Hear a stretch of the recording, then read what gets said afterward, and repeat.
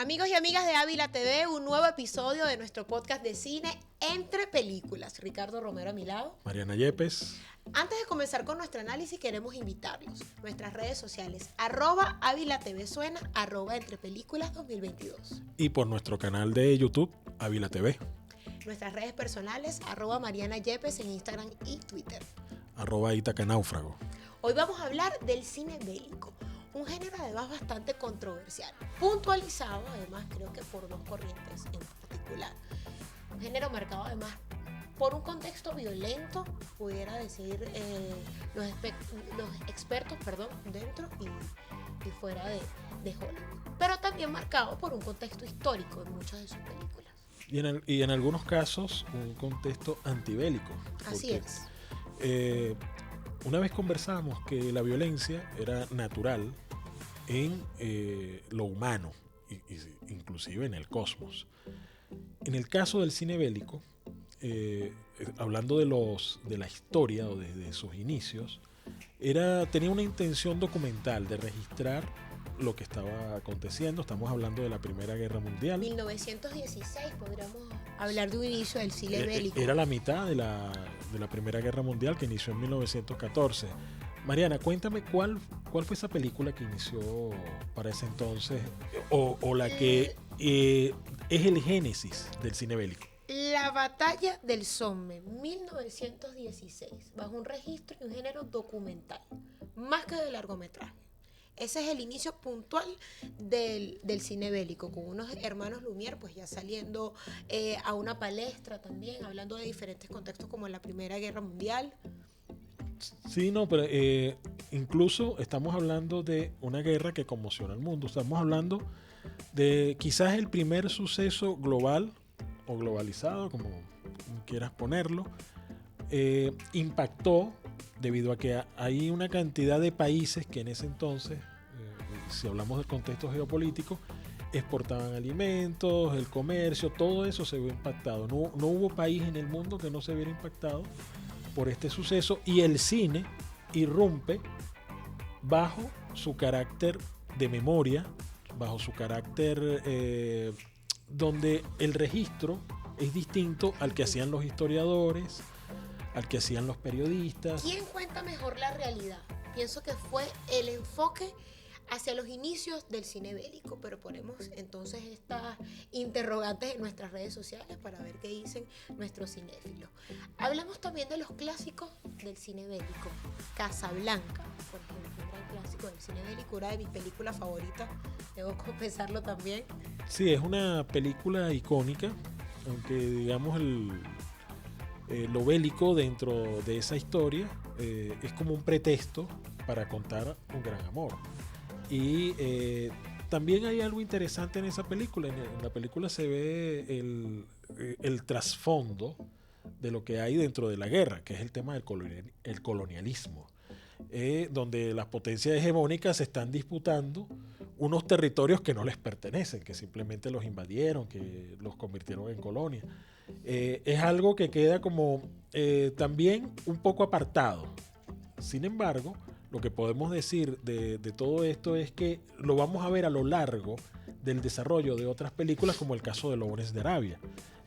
Esa gran película de David Lean, protagonizada por Peter O'Toole, estaba también allí Omar Sharif, Anthony Quinn, que retrata el tema del colonialismo inglés, que es el colonialismo inclusive que sigue más vivo actualmente.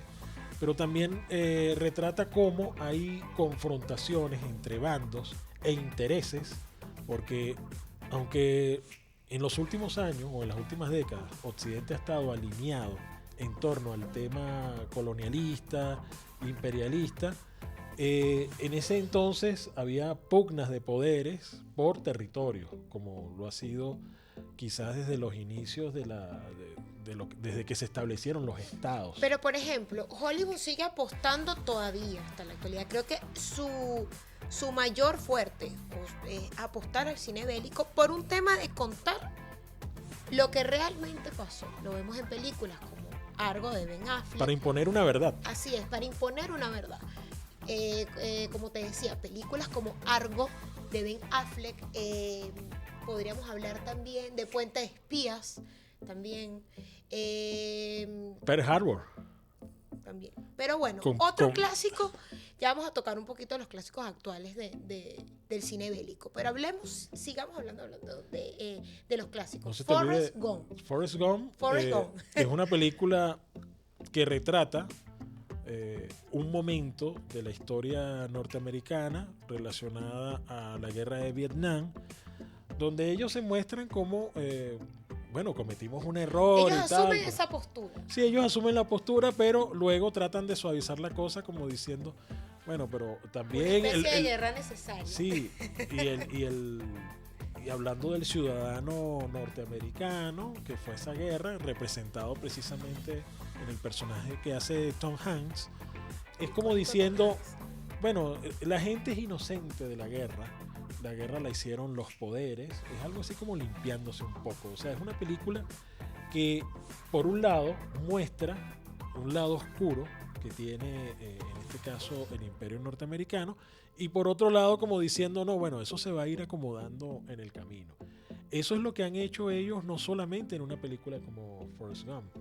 Podemos decir que una película como Salvando al Soldado Ryan de Steven Spielberg es una película que intenta como mostrar, bueno, hay una gran barbarie en la guerra, estamos destruyéndonos entre nosotros, pero para frenar un poco esa barbarie vamos a evitar que maten a una familia completa rescatando al soldado Ryan. Algo así como diciendo, bueno, es que las cosas tienen su lado bueno y su lado malo. Y la guerra es necesaria en muchas ocasiones. Yo siento que necesaria desde una perspectiva malthusiana. No, y por ejemplo, yo siento que dentro de aproximadamente 6 meses, se van a acordar de mí, todas las películas basadas en Hollywood van a tener contextos Ucrania-Rusia. Por supuesto, desde una postura pro-Ucrania. Ya lo vimos en la reciente ceremonia de los Oscars, por ejemplo. Sí, también sin embargo, hay un antecedente no muy lejano. Oliver Stone en el año 2016, si no me equivoco, y me disculpan nuestros usuarios y televidentes si no es el año, pero hizo un documental sobre Ucrania y sobre la región del Donbass, que es la región efectivamente en la que hay rusoparlantes, y en Ucrania hay una especie de movimiento nazi que está cometiendo un genocidio que todavía no es reconocido por las Naciones Unidas, pero que Oliver Stone lo retrata de manera documental. Y muestra algo que la mayoría de los medios hegemónicos no les interesa, pero afortunadamente Oliver Stone liberó este documental sobre Ucrania, lo podemos ver por YouTube de manera gratuita. Incluso liberó los derechos para que las televisoras que quieran transmitirlo puedan hacerlo. Veamos entonces, hacemos esa invitación hacia el documental de Oliver Stone, para que además ustedes puedan ver otra realidad de lo que ha sido, bueno, las recientes operaciones militares por parte de Moscú desde el mes de febrero, anunciadas por el presidente Vladimir Putin. Mira, Stanley Kubrick tiene 2 películas relacionadas al cine bélico. ¿Tú recuerdas una de ellas? Apocalipsis Now, me acuerdo. No, muchísimo. Esa es de Francis Ford Coppola, pero él tiene Barry Lyndon Y Coppola, Apocalipsis Now, correcto. Sí. Y bueno, y él tiene, y Stanley Kubrick también tiene a Full Metal Jacket, acá se le conoció como Nacido para Matar. ¿Recuerdas un poco el inicio de la trama de Nacido para Matar? No mucho, pero refresquemos ese punto con todos nuestros usuarios y televidentes. Inicia con un soldado al que, bueno, le dan un entrenamiento para matar. De hecho, la película empieza con esa narrativa. Cómo se entrena para matar, cómo se nace para matar. Lo obligan a una persona que tiene buen humor a perder su buen humor. El entrenamiento lo deshumaniza, porque ¿qué es lo que necesita el ejército? ¿Qué es lo que necesitan estas fuerzas armadas? Necesitan una máquina, necesitan un robot que pueda simplemente matar al enemigo. Después, la segunda parte de esta película, para no caer en spoiler, hay todo un batallón peleando contra el enemigo y finalmente el enemigo es un enemigo tan humano que lo que se está es defendiendo y podemos decir que Stanley Kubrick hace una gran película antibélica. Antes de continuar con nuestro análisis, @entrepelículas 2022 por nuestras redes sociales, las redes sociales también de nuestro canal, @Ávila TV Suena. Y por YouTube, Ávila TV. Nuestras redes sociales personales, @Mariana Yepes en Instagram y Twitter. @Itaca-Náufrago. Hablemos también de una película, Ricardo, La Lista de Schindler. Yo tengo una relación amor-odio con La Lista de Schindler. Me parece una gran película, pero contada desde una sola perspectiva. La industria de Hollywood. Voy a hablar de Spielberg, a quien le tengo un gran respeto, a pesar de... Un pionero además del cine bélico. Sí, uno de los mayores exponentes. Un gran exponente del cine bélico. Recordemos que él tiene Munich, que es una película que para mí está muy bien narrada. Incluso pone las dos partes, porque es el conflicto entre Israel y Palestina.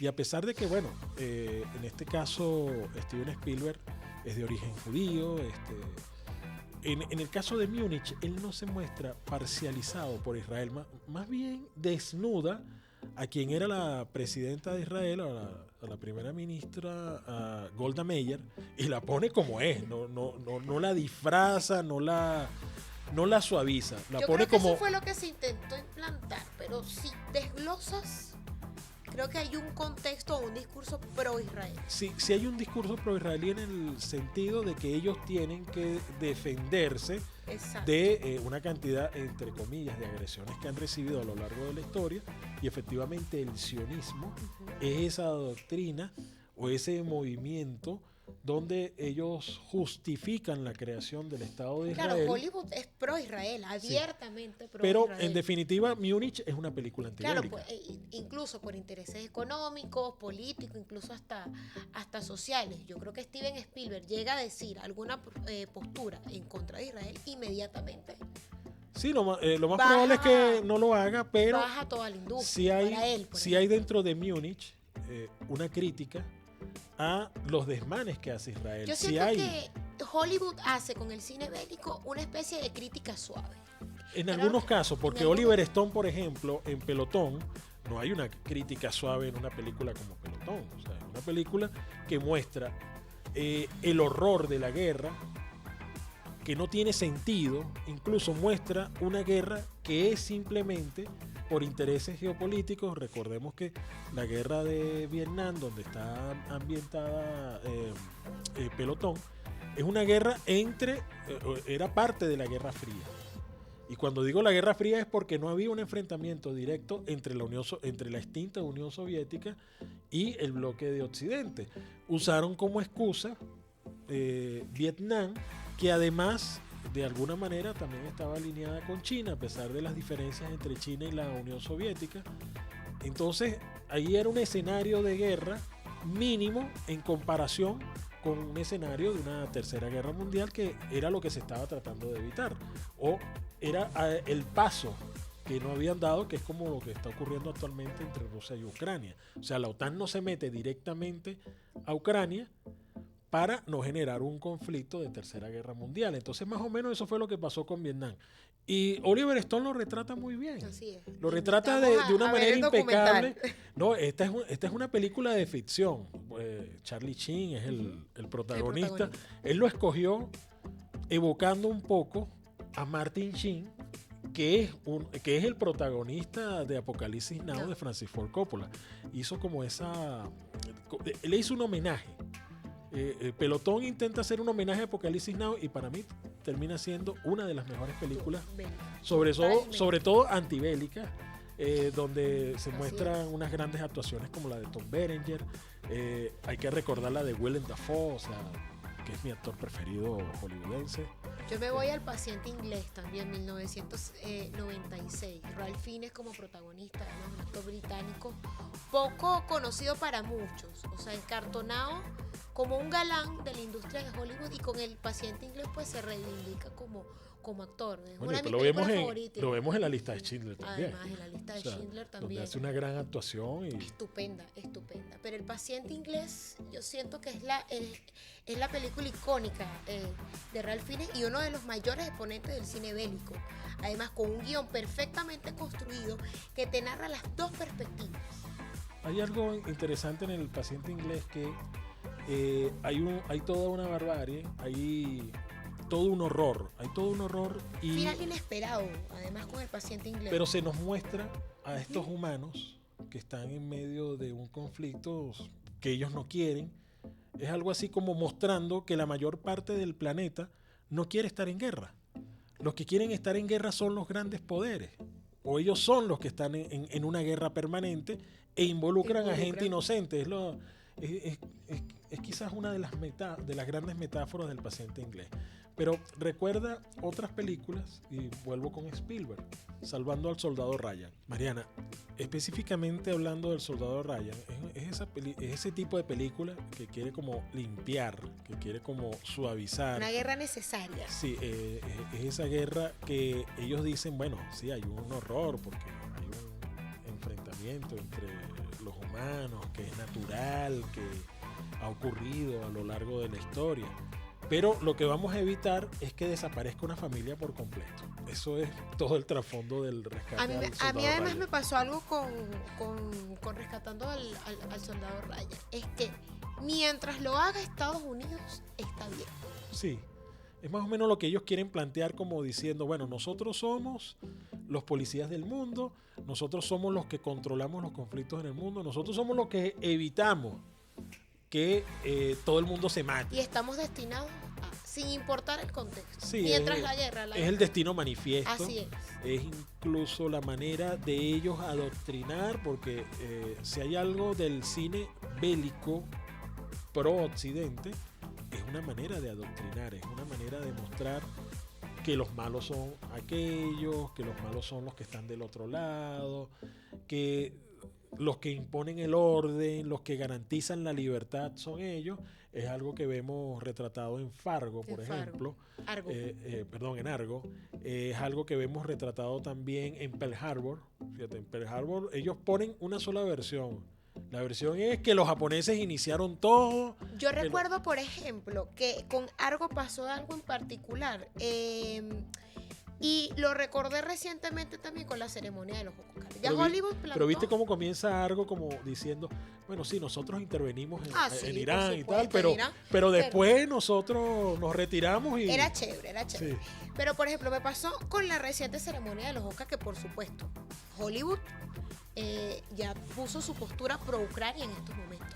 Pero cuando Argo ganó el Oscar, yo recuerdo que el Oscar a Mejor Película lo entregó Michelle Obama. Que todo el mundo dijo cuando la vio en pantalla, no, la película ganadora es Argo, por todo el concepto político que se estaba manejando en los Estados Unidos en ese momento. Sí. Entonces, muy predecible, por ejemplo, el cine bélico con Hollywood. Claro, y en el caso de Argo, sabemos claramente, porque hay documentos y hay evidencias, e incluso hay anuncios donde la CIA interviene directamente en el contenido de la película. Y eso es lo que ha hecho también el gobierno norteamericano en muchas películas, salvo en aquellas películas como que son muy críticas, donde no tienen cómo comprar al director o a los productores. Es el caso de Oliver Stone, que su cine ha sido muy crítico de la guerra, es un cine antibélico, o el mismo Francis Ford, y el mismo Francis Ford Coppola, una película como Apocalipsis Now. Recordemos que es una película que en definitiva pone a la guerra como algo innecesario, como algo que está construido simplemente por intereses, y donde un personaje como el que hace Marlon Brando retrata todo el horror del poder, todo lo oscuro, todo aquello que no es humano, está planteado allí en Apocalipsis Now. Bueno, pero ya hablamos de los clásicos, ya hablamos de Casablanca, ya hablamos de Forrest Gump. Vámonos fuera de la industria de Hollywood. Punto y Raya, Venezuela, Eric Schneider. Sí, Punto y Raya de alguna manera muestra ese conflicto que está viviendo Colombia desde hace muchos años, aunque no es explícito a nivel de discurso, ese gran conflicto que se generó desde la muerte de Gaitán, desde el asesinato de Gaitán, donde hemos tenido un país con más de 6 décadas en guerra. O sea, Colombia está en guerra actualmente. Matan y asesinan a líderes sociales, ocurren masacres constantemente. Desde la firma del acuerdo de paz en el 2015 han asesinado a miles de personas y de alguna manera Elia Schneider está tratando de retratar parte de esa realidad que además afecta a Venezuela y a los países vecinos. Es una película que también tiene el sentido de exponer lo innecesario de la violencia para resolver las cosas. Para resolverla, exactamente. Además, bueno, se muestra una cara nada más de lo que ha sido, bueno, el conflicto político entre Colombia y Venezuela, pues fracturado de manera contundente en los últimos años, pero no deja de ser una buena película, punto y raya. Además mostrada más desde un contexto bélico con un contexto de humor también. Sí. El personaje de Cheito a mí me encanta. Claro, uno se ríe mucho, sobre todo porque, bueno, Roque Valero es un histriónico, es alguien que puede hacer muchas cosas y ahí demostró ser un gran actor. Igual Edgar Ramírez. Gustó, bueno, a mí me gustó más Roque que Edgar Ramírez, y yo reconozco que Edgar es un gran actor, pero en esta película creo que el centro estaba en ese humor que le... Claro, lo que pasa es que, por ejemplo, en el caso de Punto y Raya, el personaje de Roque Valero, de Cheito, es un tipo que llega al conflicto por casualidad, pues estaba metido en lío. En cambio, Edgar Ramírez es como que esa cara seria. Sí. De que bueno, que efectivamente... Sí, es como que está convencido de que está en una lucha, de que está por una causa, todas estas cosas. Pero bueno, muy poco cine en América Latina. Bueno, Venecia retrata algo interesante.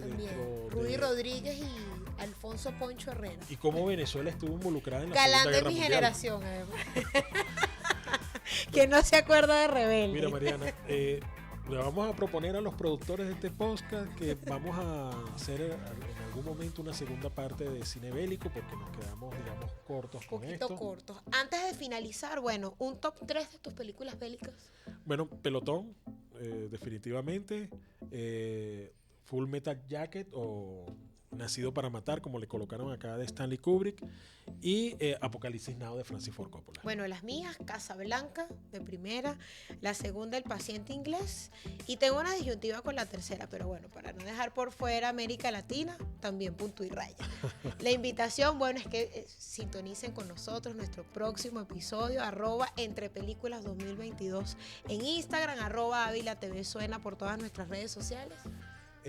Recuerden nuestro canal de YouTube, Ávila TV, y recuerden nuestras redes sociales, Ítaca Náufrago, @Mariana Yepes en Instagram y Twitter. Será en una próxima ocasión que nos encontremos. Hasta la próxima.